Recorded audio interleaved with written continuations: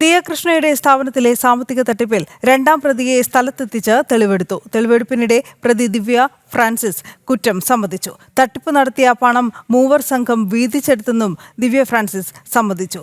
മറ്റു പ്രതികളായ രാധാകുമാരി, വിനീത എന്നിവർക്ക് പിന്നാലെ കഴിഞ്ഞ ദിവസമാണ് ദിവ്യ ഫ്രാൻസിസ് ക്രൈംബ്രാഞ്ചിന് മുന്നിൽ കീഴടങ്ങിയത്.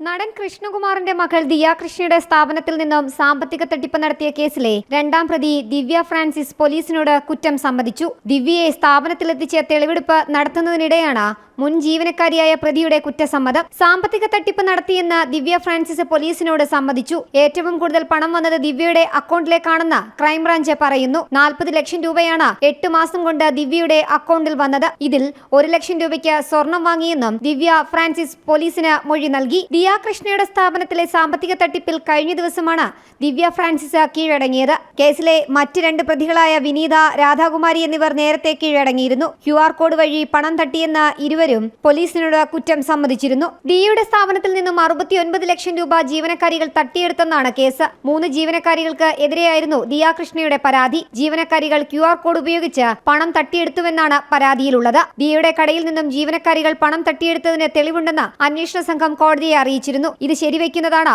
3 ജീവനക്കാരികളുടെയും ബാങ്ക് രേഖകൾ. ഡിയുടെ വിവാഹത്തിന് ശേഷം കടയിലെ കാര്യങ്ങൾ നോക്കി നടത്തിയിരുന്നത് ഇവരാണ്. സാധനങ്ങൾ വാങ്ങുന്നവരിൽ നിന്നും പണം ഇവരുടെ QR കോഡ് ഉപയോഗിച്ചാണ് സ്വീകരിച്ചതെന്നും ഈ പണം ദിയയ്ക്ക് കൈമാറിയിട്ടില്ല എന്നുമായിരുന്നു പരാതി. ജനം, തിരുവനന്തപുരം.